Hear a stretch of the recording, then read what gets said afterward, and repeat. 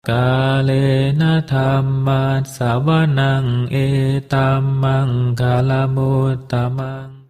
Melanjutkan pembacaan buku Wacan Cah Damai Tak Tergoyahkan, penerbit Suwung Jogja, cetakan pertama tahun 2009 dengan ahli bahasa Andi Utomo. Kita masuk pada bab mengubah pandangan kita. Bab ini merupakan bab setelah bab menjalankan praktek selaras dengan alam. Mengubah pandangan kita oleh Venerable Wacan Cah. Dalam pengalaman saya mempraktikkan Dhamma, saya tidak berharap menguasai semua bagian. Hanya satu, saya memurnikan hati ini. Seperti saat melihat sesosok tubuh, kalau kita tertarik, maka analisalah. Perhatikan baik-baik, rambut, bulu badan, kuku, gigi, dan kulit yang indah. Sang Buddha mengajarkan untuk meneliti dan berulang-ulang merenungi bagian-bagian tubuh ini. Membayangkannya secara terpisah. Memisahkannya dengan mengupas kulit ini dan membakarnya. Beginilah caranya. Latih terus meditasi ini hingga mantap dan kokoh. Lihat setiap orang secara sama. Sebagai contoh, ketika para biku dan murid pemula atau samanera pergi ke desa untuk mengumpulkan dana makanan di pagi hari, siapapun yang mereka lihat, apakah ia biku maupun penduduk desa, mereka membayangkannya sebagai tubuh mati, sosok mayat yang berjalan sempoyongan di depan mereka. Selalulah melihat dengan cara seperti itu. Inilah cara kerja kita. Ini akan menuntun kepada kematangan dan perkembangan batin. Ketika Anda melihat seorang wanita muda yang menurut Anda menarik, bayangkan ia adalah mayat yang berjalan. Badannya busuk dan bau bangkai. Lihatlah setiap orang dengan cara itu. Jangan biarkan mereka terlalu dekat. Jangan sampai nafsu timbul dalam diri Anda.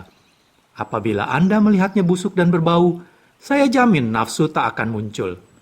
Kontemplasikan hingga Anda yakin dengan apa yang Anda lihat, hingga jelas dan Anda menjadi mahir. Maka jalan apapun yang akan Anda tempuh, Anda tak akan tersesat. Ceburkan diri sepenuh hati ke dalam meditasi ini. Kapanpun Anda melihat seseorang, itu sama dengan mayat. Apakah ia laki-laki atau perempuan? Lihatlah mereka sebagai mayat. Hasilnya, mayatlah yang Anda lihat. Berusahalah mengembangkan cara ini dengan seksama semampu Anda. Melatihnya sampai hal tersebut menjadi bagian dalam pikiran Anda. Saya jamin, ini bakal sangat mengasihkan bila Anda melatihnya sungguh-sungguh. Apabila hal ini cuma terbayang-bayang dalam pikiran setelah Anda membacanya dari buku, Anda akan mengalami kesulitan. Jadi Anda harus mempraktekannya. Lakukan dengan sepenuh hati dan ikhlas. Melatihnya hingga meditasi ini menjadi bagian dari diri Anda. Tanamkan cita-cita yang kuat untuk merealisasikan kebenaran. Jika Anda termotivasi oleh keinginan untuk mengatasi penderitaan, maka Anda akan berada di jalan yang benar. Saat ini banyak orang yang mengajar Vipassana dan berbagai ragam teknik-teknik meditasi. Saya mau katakan, tidak gampang melakukan Vipassana.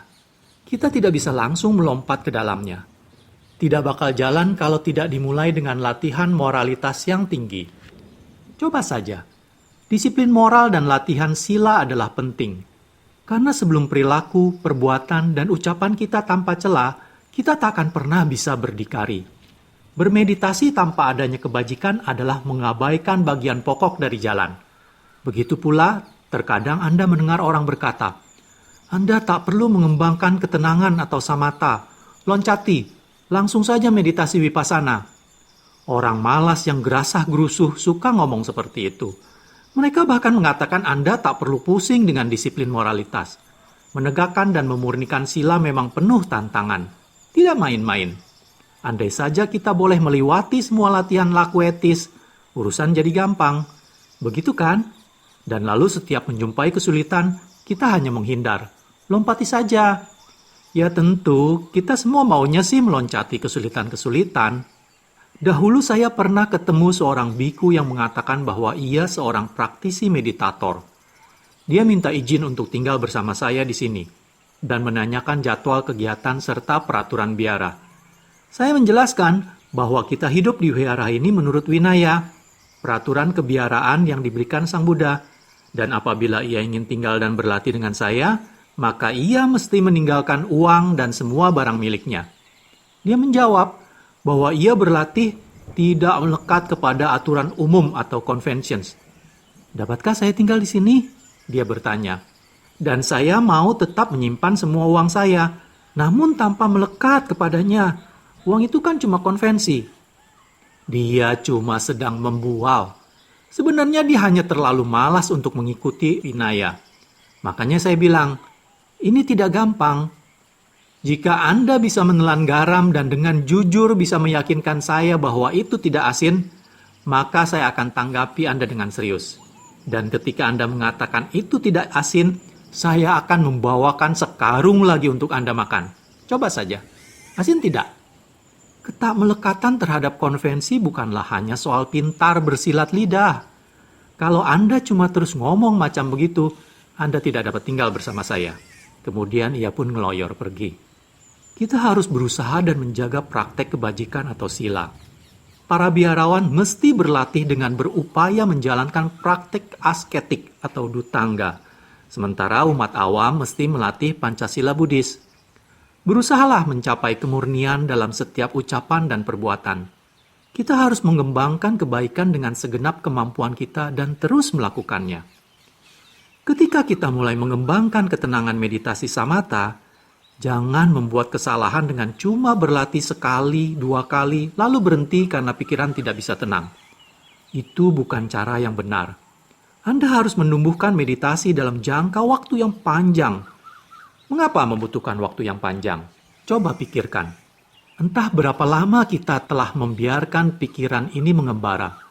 Sejak dahulu kala. Sudah berapa tahun Anda tidak melakukan meditasi samatha? Kapan saja pikiran ini memerintahkan hal tertentu, kita tergopoh-gopoh memburunya. Untuk menenangkannya agar berhenti dan diam, sekedar latihan beberapa bulan belumlah cukup. Pikirkanlah ini. Ketika kita melatih pikiran agar menjadi tenang di segala situasi, harap dimaklumi bahwa di awal manakala emosi negatif muncul, pikiran ini tidak akan tenang. Ia akan terganggu dan hilang kendali. Mengapa? Karena masih ada nafsu kemauan atau tanha.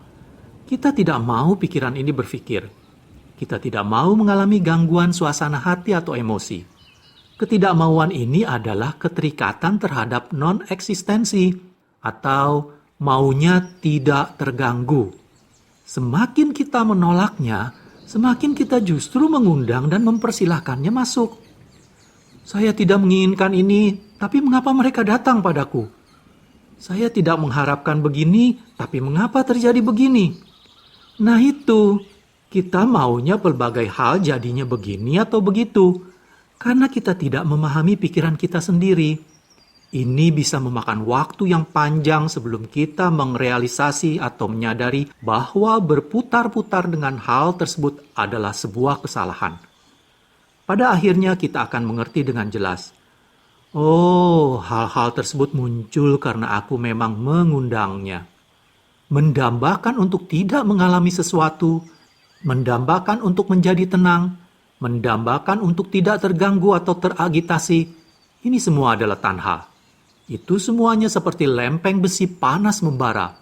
Tetapi okelah, pokoknya berlatihlah terus. Tiap kali mengalami suatu mood atau emosi, periksalah bahwa ini tidak kekal, tidak memuaskan, dan tanpa inti. Dan cemplungkan mereka ke dalam salah satu dari 3 kategori ini. Kemudian refleksi dan selidiki.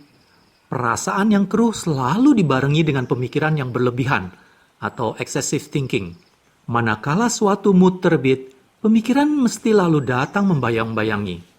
Pemikiran atau mikir-mikir atau thinking dan kebijaksanaan atau wisdom adalah 2 hal yang sangat berbeda. Mikir-mikir itu cuma bereaksi dan membuntuti suasana hati kita, dan mereka berlanjut tanpa henti. Tetapi begitu wisdom bekerja, ia akan membawa pikiran ke keheningan atau stillness. Pikiran ini berhenti dan tidak kemana-mana. Yang ada sekedar mengetahui dan mengenali apa yang sedang dialami. Ketika emosi ini muncul, pikiran seperti ini. Dan saat mood itu muncul, ia seperti itu. Kita pertahankan yang mengetahui ini. Akhirnya terjadilah pada kita.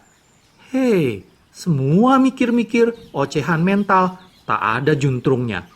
Kekhawatiran serta pelbagai sikap menghakimi, mengecap, memberi penilaian, ini semuanya gombal tanpa makna. Semuanya tak permanen, tidak memuaskan, bukan aku atau milikku. Cemplungkan hal tersebut ke dalam satu dari 3 kategori yang mencakup semuanya ini, dan tumpas habis. Anda memotong sumbernya. Nanti saat kita bermeditasi lagi, hal ini akan muncul lagi. Terus waspadai dan awasi, mata-matailah dia. Ibarat menggembalakan kerbau, Anda punya petani, tanaman padi, dan kerbau. Si kerbau maunya memakan tanaman padi. Bukankah tanaman padi adalah makanan yang disukainya? Pikiran Anda adalah ibarat kerbau. Perasaan yang keruh adalah seperti tanaman padi. Yang mengetahui adalah petaninya. Praktek adalah seperti itu. Tidak berbeda. Bandingkanlah sendiri. Ketika menggembalakan seekor kerbau, apa yang Anda lakukan? Anda melepas, membiarkannya leluasa, tetapi Anda memantaunya. Ketika ia menyeleweng terlalu dekat ke tanaman padi, Anda meneriakinya. Ia pun berbalik saat mendengar suara Anda. Tetapi jangan lalai, lengah akan apa yang sedang dilakukan kerbau. Apabila Anda mempunyai kerbau yang bebal, yang tidak nurut pada peringatan Anda, ambillah tongkat dan pukul pantatnya. Maka ia takkan berani mendekati tanaman padi. Tetapi Anda jangan bobo siang. Kalau Anda rebah terkantuk-kantuk, tanaman padi itu bakal tinggal kenangan. Demikian juga dengan praktek dhamma Anda. Anda cukup mengawasi pikiran Anda. Si tahu menggembalakan pikiran ini. Orang-orang yang mengawasi pikirannya dengan cermat akan terbebas dari jeratan mara. Namun demikian, pikiran yang mengetahui ini adalah sang pikiran juga. Jadi siapakah yang sedang mengamati pikiran ini? Pertanyaan begini ini bisa jadi sangat membingungkan. Pikiran adalah satu hal, yang mengetahui adalah hal lain. Tetapi yang mengetahui ini terbentuk dalam pikiran yang sama. Apa yang dimaksud dengan mengetahui pikiran? Ya, seperti apakah rasanya menjumpai suasana hati dan emosi-emosi? Seperti apakah keadaan perasaan yang jernih? Pengetahuan tentang hal inilah yang dimaksud dengan yang mengetahui. Yang mengetahui mengikuti pikiran dengan pengamatan, dan dari mengetahui inilah lahir kebijaksanaan. Pikiran yang berpikir dan yang terikat satu sama lain dengan emosi-emosi ini persis seperti kerbau. Ke arah manapun ia pergi, gunakan pengamatan yang jeli. Bagaimana ia dapat lolos? Kalau ia mendekat tanaman padi, Anda bentak. Jika tak mau mendengar, ambil sepotong tongkat dan pukul. Wak! Inilah cara menundukkan tanha atau craving. Tak beda pula dengan melatih pikiran. Ketika pikiran mengalami suatu perasaan atau emosi dan sekejap menggenggamnya, merupakan tugas yang mengetahui untuk mendidik. Selidiki suasana hati tersebut apakah ia baik atau buruk. Jelaskan pada pikiran bagaimana berlakunya sebab dan akibat. Apabila pikiran kembali merahi, memegang sesuatu yang ia sangka menyenangkan, yang mengetahui harus mendidiknya lagi, menjelaskan sebab dan akibatnya sampai ia rela melepaskan hal tersebut. Ini akan membawa kedamaian pikiran. Setelah menyadari bahwa apapun yang ia ambil dan genggam pada dasarnya tidak memuaskan, pikiran pun berhenti. Ia tak memusingkan hal-hal semacam itu lagi, karena ia di bawah cecaran teguran dan nasihat-nasihat teratur. Hadang nafsu pikiran ini dengan gigi. Desak dia sampai ke sarangnya. Hingga ajaran ini merasuk dalam batin. Begitulah cara Anda melatih pikiran. Saya telah menjalankan demikian ini sejak saya mengasingkan diri ke hutan untuk berpraktek meditasi. Saya melatih murid-murid saya dengan cara seperti itu pula. Karena saya ingin mereka melihat kebenaran, daripada hanya cuma membacanya di dalam kitab suci. Saya ingin mereka menyaksikan sendiri batin yang terbebas dari pemikiran-pemikiran konseptual. Saat kebebasan terjadi, Anda mengetahuinya. Dan kala hal tersebut belum terjadi, Anda bisa mengkontemplasikan proses bagaimana satu hal mengakibatkan serta membawa ke hal yang lain. Renungi hingga Anda mengerti dengan mendalam dan semakin mendalam. Suatu waktu, begitu ia tertembus dengan insight, segalanya terbuka dengan sendirinya. Ketika sesuatu muncul merintangi dan macet, selidiki. Jangan menyerah hingga ia melepaskan cengkeramannya. Berulang-ulang selidikilah di sini ini. Secara pribadi, inilah cara saya berlatih. Karena Sang Buddha mengajarkan bahwa Anda harus mengetahuinya sendiri. Para bijaksana mengalami dan menyaksikan sendiri kebenaran. Anda harus menemukannya di kedalaman batin Anda. Ketahuilah sendiri, jika Anda yakin dengan diri Anda dan apa yang Anda ketahui, Anda tetap tenang saat menerima pujian ataupun teguran. Apapun yang dikatakan orang, Anda merasa santai. Mengapa? Karena Anda mengenal diri Anda sendiri. Bila seseorang menyiram Anda dengan pujian, namun sebenarnya Anda tak layak menerimanya, apakah Anda akan mempercayai mereka? Tentu saja tidak. Anda sekedar melanjutkan praktek Anda. Ketika seseorang yang tidak yakin dengan pengetahuannya sendiri mendapat pujian dari orang, ia akan terperangkap untuk mempercayai dan menyesatkan pandangannya. Demikian juga jika orang yang mengkritik Anda. Lihat dan periksa diri Anda. Tidak, apa yang mereka katakan tidak benar. Mereka menuduh saya salah, tetapi sebenarnya tidak. Tuduhan mereka tak benar. Kalau kejadiannya seperti ini, mengapa kita harus marah? Perkataan mereka tidak benar. Sebaliknya, jika tuduhan mereka benar atas kesalahan kita, jika kejadiannya seperti ini, mengapa kita harus menjadi marah? Kalau Anda mampu berpikir seperti ini, kehidupan itu sebenarnya nyaman dan tanpa masalah. Tidak ada kejadian yang salah. Kemudian segalanya adalah dhamma. Inilah cara saya berlatih. Kalena dhamma savanang etammang kalamutamang